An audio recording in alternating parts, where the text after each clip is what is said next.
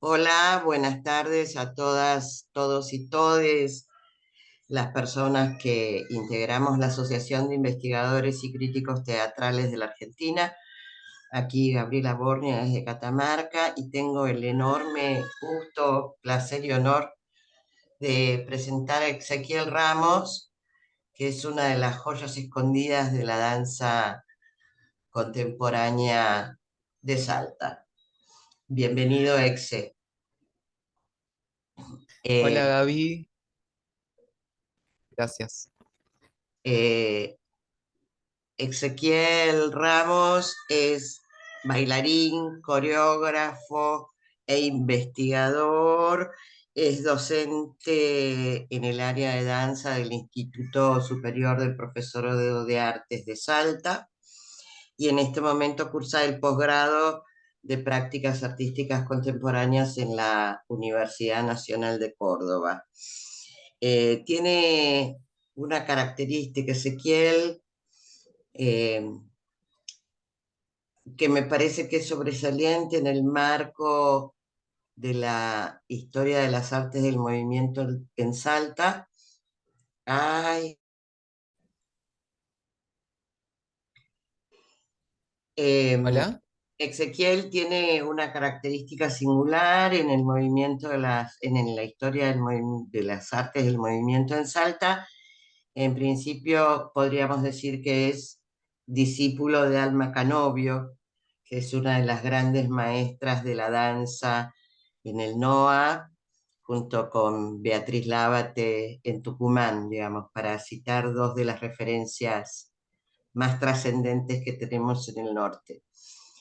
Eh, Tiene además otra característica que ha recibido innumerables becas de investigación del Instituto Nacional de Teatro en, me disculpo, en el área de la danza y en año 2017, corregime Ezequiel si me equivoco, estrena en Salta The Queer, esta obra de la que vamos a Uy, estar hablando ahora, que no solo fue ganadora en la fiesta provincial del teatro del Instituto Nacional del Teatro de Salta, sino que además tiene un recorrido sumamente interesante que quiero pasar a leer. Ha participado como ganador en la gira regional y participó en festivales de Córdoba, de Santa Fe, de Paraná, de aquí de Catamarca, y ha estado también en el Argentina Florece y en Tecnópolis con The Queer. Y una de las cosas que más llama la atención, Ezequiel, es un texto que vos ponés como acápite de la propuesta, que dice, cuando el espacio cotidiano envuelve en el aire de debilidad, Jade, que es el personaje de The Queer, se precipita al fondo de los interrogantes. ¿Quién soy? ¿Por qué estoy aquí? Y habla de las transformaciones carnales. Desde este punto de partida me gustaría preguntarte o proponerte que nos cuentes a todas, todos y todes qué es exactamente The Queer, además de una obra de danza, obvio. bueno, gracias Gabriela. Me parece muy interesante que hayas elegido la sinopsis de la obra para abrir la conversación, porque bueno, hoy estuve por supuesto pensando o reflexionando sobre el trabajo. em, y pensando otra vez en esa génesis de la obra, porque como decís, se estrenó en el 2017 y bueno, hoy 2023 ya ha pasado unos años y no soy la misma persona que en el 2017. Em, entonces, claro, pensaba qué sucedía en ese año y qué me impulsó a crear el unipersonal.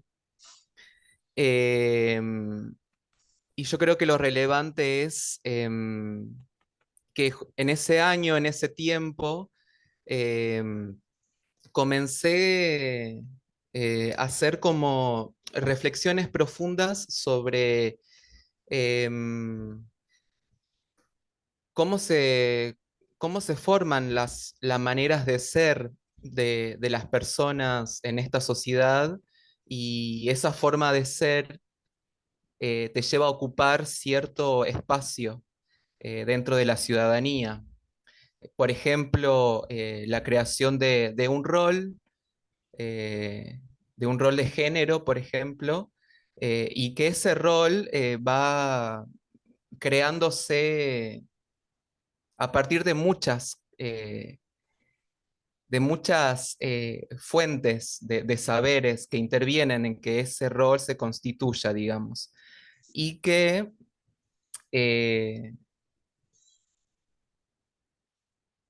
tiene la posibilidad ese rol, digamos, o esa manera de ser mutable, de ser transformada.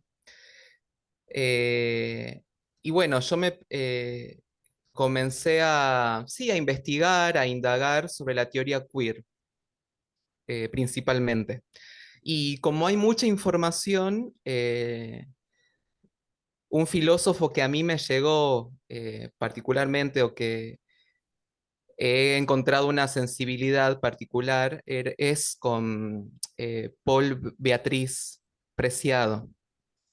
Y sobre todo con un libro de Preciado que se llama Texto Yonki, que en ese libro hace como un análisis muy profundo de todas esas instituciones eh, que rigen o que constituyen eh, las, la constitución de las personas, digamos, en relación a esto que digo de la formación del género.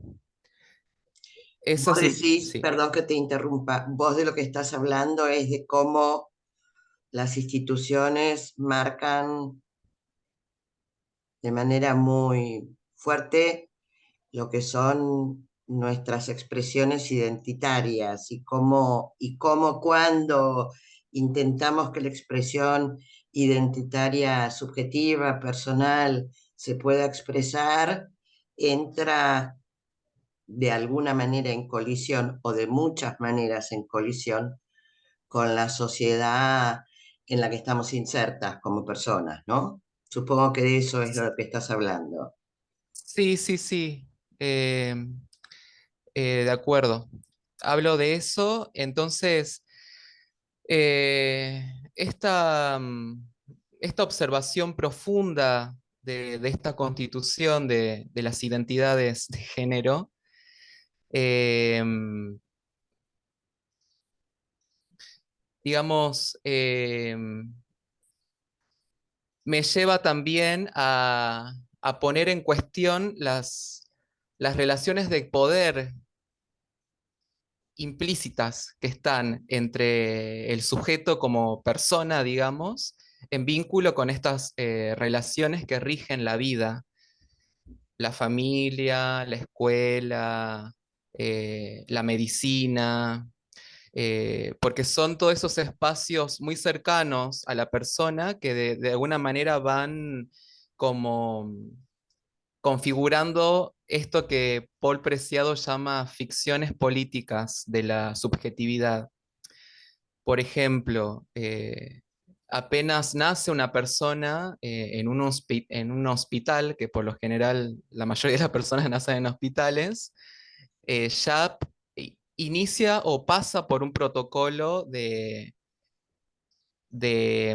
asignación de género, ya por una cierta morfología de los cuerpos. La medicina ya te designa un género, ¿no? Y bueno, ahí comienza ese protocolo de, de diferenciación entre las personas. Entonces es un proceso que se inicia desde muy temprana edad, ¿no? Pero yo creo que lo relevante y lo que cuestiona la teoría queer es que reflexiona profundamente sobre que es una construcción, ¿no? Totalmente eh, performativa de que, de que estas instituciones llevan a formular una personalidad y que en el peor de los casos se ha llegado a procedimientos violentos para poder configurar a las personas dentro de un binarismo. Como sabemos, años atrás, actualmente no sé si, si se está haciendo, pero se ha llegado a castrar a personas para que entren dentro del binario. Y después aparecen varios problemas, ¿no? A partir de esta operación violenta que tiene, por ejemplo, la institución médica. Entonces, este libro, Texto Yonki de Preciado, hace una genealogía muy profunda de cómo las instituciones rigen la vida de las personas. Y Y te para hago mí fue una, como, perdón, sí, y te hago una pregunta. ¿Y cuánto de este recorrido sobre la lectura de Paul Beatriz Preciado eh, influyó o está en la génesis de The Queer? Digamos, ¿cómo fue ese proceso de trabajar un campo teórico con el cual vos estás de acuerdo, concordás y te interesa seguir investigándolo, al tener que trasladarlo a la expresión de la danza en un espacio de mucha intimidad como es The Queer? De mucha intimidad por el pequeño despliegue escénico que hace, no importa cuán grande sea el espacio escénico en el que sucede, digamos. bien, creo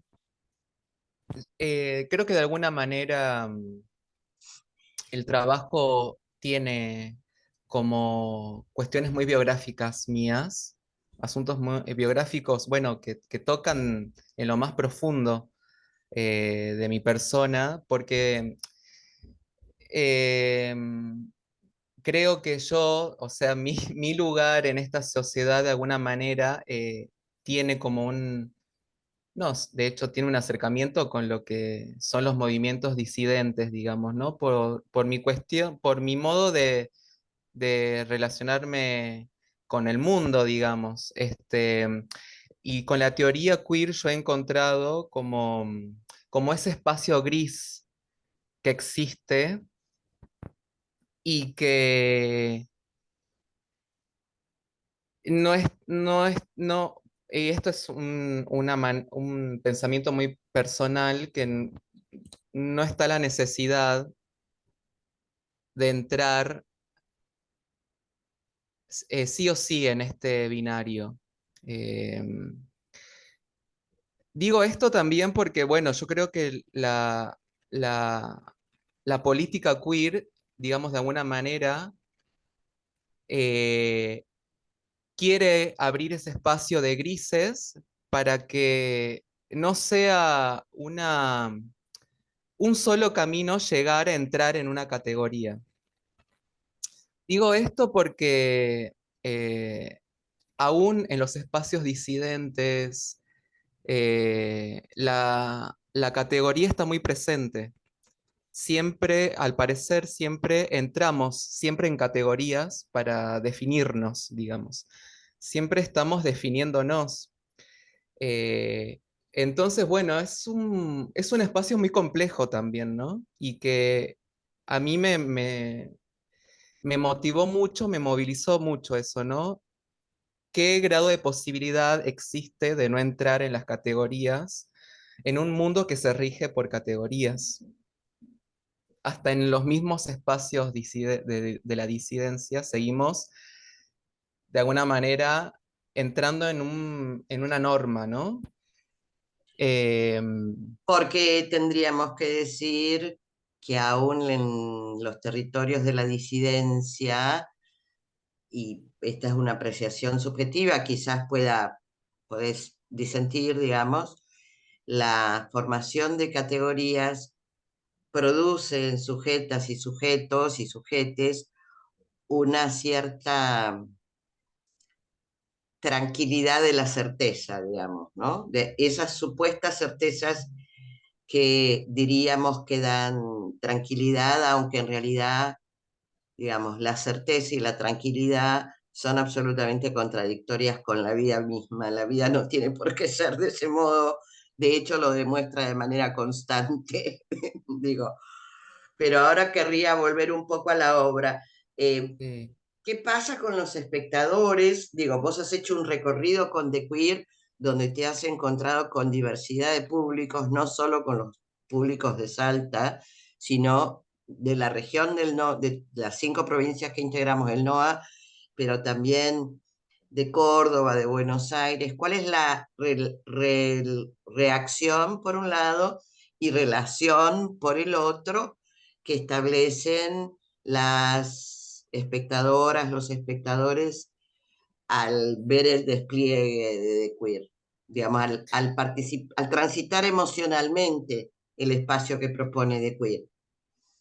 Bien, mira, yo hago una observación de estos años que han pasado del estreno del trabajo y yo siento actualmente que lo siento más marcado ahora en la actualidad, pero creo que la obra no muestra una representación sin menospreciar trabajos de colegas o de otros artistas, pero yo creo que la obra escapa de una representación literal de un movimiento del orgullo. No para nada, es una expresión absolutamente subjetiva de lo que le pasa a ese sujete en ese momento, en esa Sí, instancia. sí.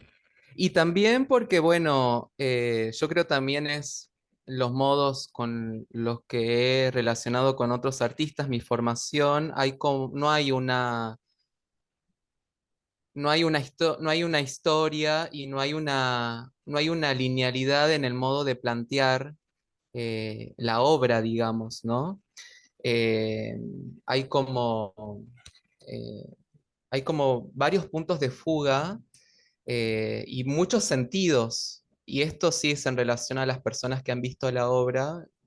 Hay muchas imágenes presentes en el trabajo y tiene que ver, bueno, porque digamos que la transformación, la transformación está puesta mucho en el cuerpo, en mi cuerpo en este caso, porque bueno, es el modo que yo he elegido para expresarme, digamos, esa transformación propia o sobre todo del cuerpo, y también con esta relación con los dos objetos que están en la obra.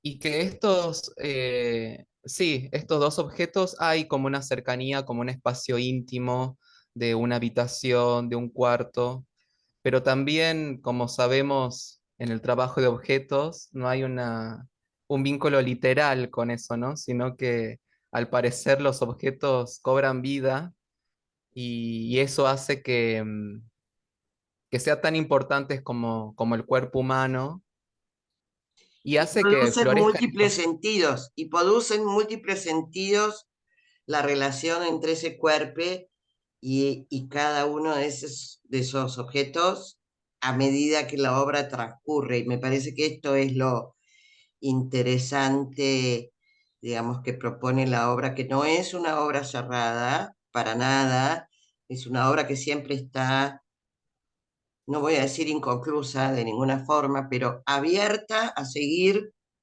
recibiendo interpretaciones. Sí, sí, sí, parece que sí.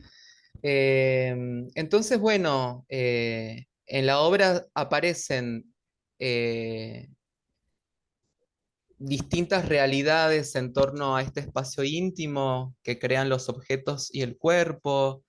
eh, este poder tan marcado quizás de algunas de estas instituciones que hablábamos que rigen la vida de las personas. O sea, como cómo dejar ver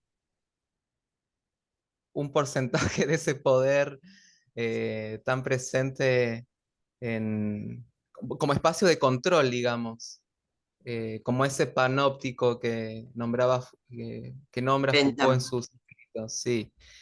Y también con estas, en momentos en la obra aparece la voz y aparecen grabaciones que tienen que ver con estas ficciones políticas de la subjetividad en torno al género, por ejemplo, al masculino, que son las cosas que hacen los bio hombres.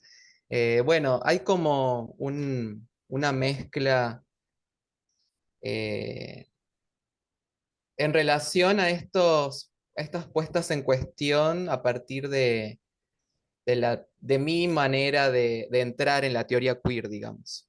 Bien, nos quedan apenas 2 minutos, Exe, y entonces para cerrar, querría pedirte una reflexión sobre qué sentís vos que produjo el trayecto de la obra de Queer a lo largo de estos 5, casi 6 años ya, vamos a decirlo así, que se estuvo viendo, digamos, ¿no? Que estuvo en contacto con lesotres. Sí, para mí ha sido muy importante la obra, empezando porque fue mi primera creación yo como director y en un formato obra, porque yo venía trabajando con pequeñas obras en pequeño formato, en mini performance, y esta es la primera obra que entró en esa categoría de obra para sala de teatro. Y bueno, me ha acercado a espacios de militancia muy importantes en la región NOA, eh, y bueno, y también en otros espacios como en Córdoba, en el festival El Deleite de los Cuerpos. Y bueno, sumándome a esas alianzas que de alguna manera, mejor dicho, políticamente intentan resistir hacia una hegemonía, ¿no? En este caso, hacia una hegemonía de los cuerpos, hacia un espacio de desigualdad. Desde ese sentido, para mí fue muy importante habitar en esos espacios de lucha, de militancia. Y por otro lado, y en vínculo con esta primera obra, fue un modo de trabajar también, ¿no?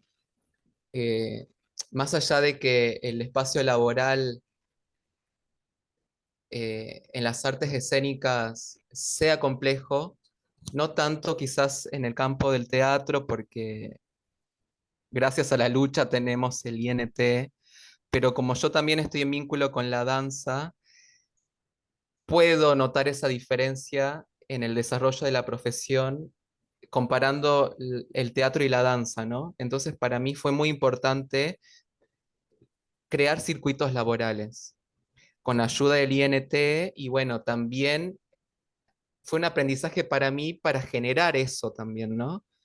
Esas redes entre colegas para hacer circular la obra. Y todo lo que el circular la obra te llega, ¿no? Las redes entre artistas, el conocimiento de vos, artistas en la escena, la gestión, bueno, muchas cosas que sabemos que nos aporta estar activamente en el trabajo, ¿no? Así que bueno, eh, entre otras cosas, fue muy importante. Vale. Ezequiel, te agradecemos enormemente tu participación en este mes del Géneros y Diversidades de la Asociación de Investigadores y Críticos Teatrales.